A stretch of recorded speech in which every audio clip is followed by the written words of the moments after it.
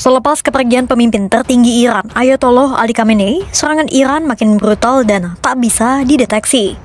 Langit Timur Tengah dipenuhi oleh adu artileri antara Amerika Israel versus Iran. Meski Amerika Serikat telah mengerahkan senjata terbaiknya dan telah memenggal pimpinan tertinggi, Iran tak juga kunjung mengibarkan bendera putih. Iran menolak menyerah. Dan di tengah kebuntuan yang tak kunjung melumpuhkan nyali Iran itu, opsi invasi darat tiba-tiba terucap oleh Presiden Donald Trump. Sebuah mimpi buruk yang selalu dihindari oleh semua pendahulu Trump. Para analis menilai mengirim pasukan darat ke Iran sama saja mengantar nyawa para pasukan Amerika Serikat secara gratis. Pasalnya, Iran itu dikelilingi oleh benteng alami bernama Pegunungan Zagros yang sulit ditembus oleh pasukan darat. Belum lagi, pusat pemerintahan Iran di Teheran juga jauh dari laut lepas, membuat mobilisasi pasukan jadi mustahil. Pertanyaannya, kenapa menginvasi darat Iran menjadi sebuah kemustahilan? Dan kenapa Trump nekat mengguncang lonceng kematian lewat invasi darat?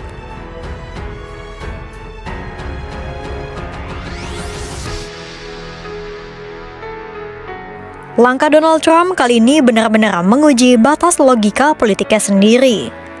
Pada Senin 2 Maret 2026, Trump mengatakan pada New York Post bahwa ia tak ragu untuk mengerahkan pasukan darat ke Iran. Sebuah opsi yang selama ini dianggap tabu, bahkan oleh para pendahulunya.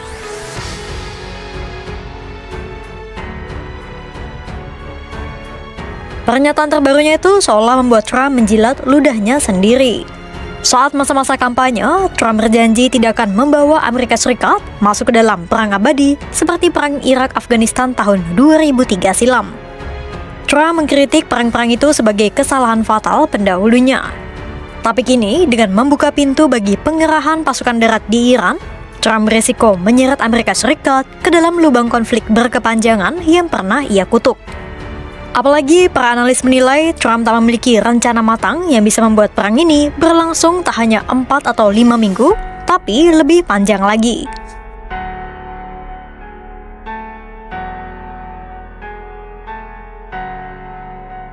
Pengerahan pasukan darat seolah jadi ajakan perang berkepanjangan dan Iran siap untuk menanggapi ajakan itu. Kepala Dewan Keamanan Nasional Iran, Ali Larijani menegaskan, Iran tak akan mundur. Iran siap membela negara mereka berapapun biaya yang harus dibayar.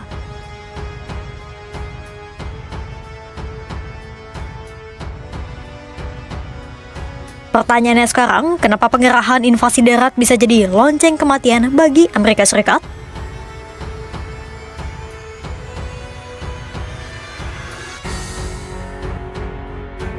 Bagi militer Amerika Serikat, invasi darat ke Iran bukan sekadar urusan memindahkan pasukan. Ini adalah urusan menaklukkan alam yang kejam. Selamat datang di Pegunungan Zagros, sebuah benteng alami yang membentang sepanjang 1.500 km dari barat laut hingga tenggara Iran.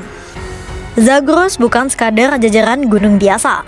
Medan yang terdiri dari puncak-puncak tinggi dan lembah yang sangat curam menciptakan apa yang disebut para ahli sebagai benteng pertahanan sekaligus jebakan geografis.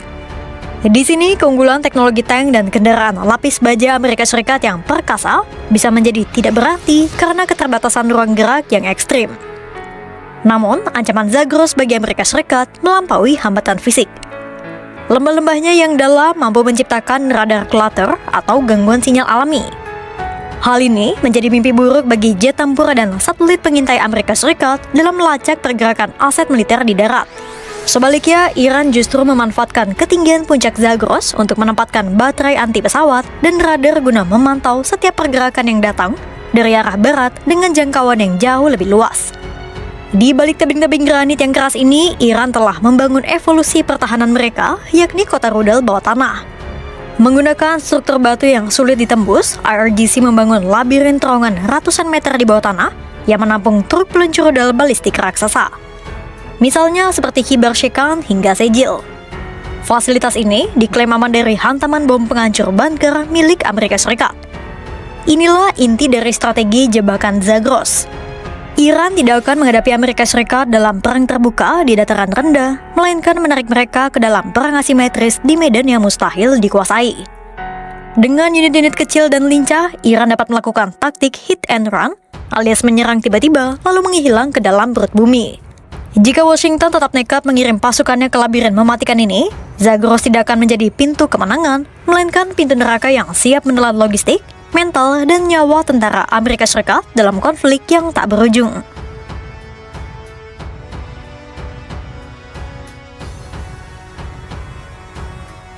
Jika serangan udara dianggap sebagai instrumen teknis, maka invasi darat adalah pertaruhan eksistensial. Financial Times dengan lugas menyebut invasi darat adalah misi yang luar biasa sulit. Kenapa? Karena menghancurkan fasilitas nuklir melalui udara saja belum tentu tuntas, apalagi mencoba mengontrol wilayah seluas dan sepadat Iran. Menyerang Iran melalui invasi darat bukan sekadar tantangan militer, melainkan sebuah kebodohan strategis. Pernyataan keras dari mantan pejabat CIA Kenneth Pollack itu muncul dalam buku Unthinkable, Iran, The Bomb and American Strategy. Dalam tulisannya di The New York Times, Pollack menyebut serangan harus berhenti hanya pada kekuatan udara saja. Melangkah lebih jauh ke daratan hanya akan menjerat Amerika Serikat dalam kampanye teror berkepanjangan yang bisa mencapai tanah air mereka sendiri.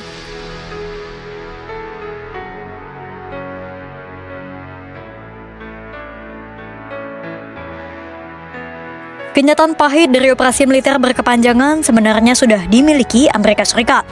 Pada 2003, perang Irak yang mulanya diduga akan berakhir cepat, ternyata harus berlarut sampai bertahun-tahun. Karena perang berkepanjangan itu, 4.000 tentara Amerika Serikat tewas dan sekitar 100.000 warga Irak kehilangan nyawa. Itu baru Irak, belum Iran yang secara geografis dan populasi lebih sulit, lebih besar, dan lebih tangguh dari Irak.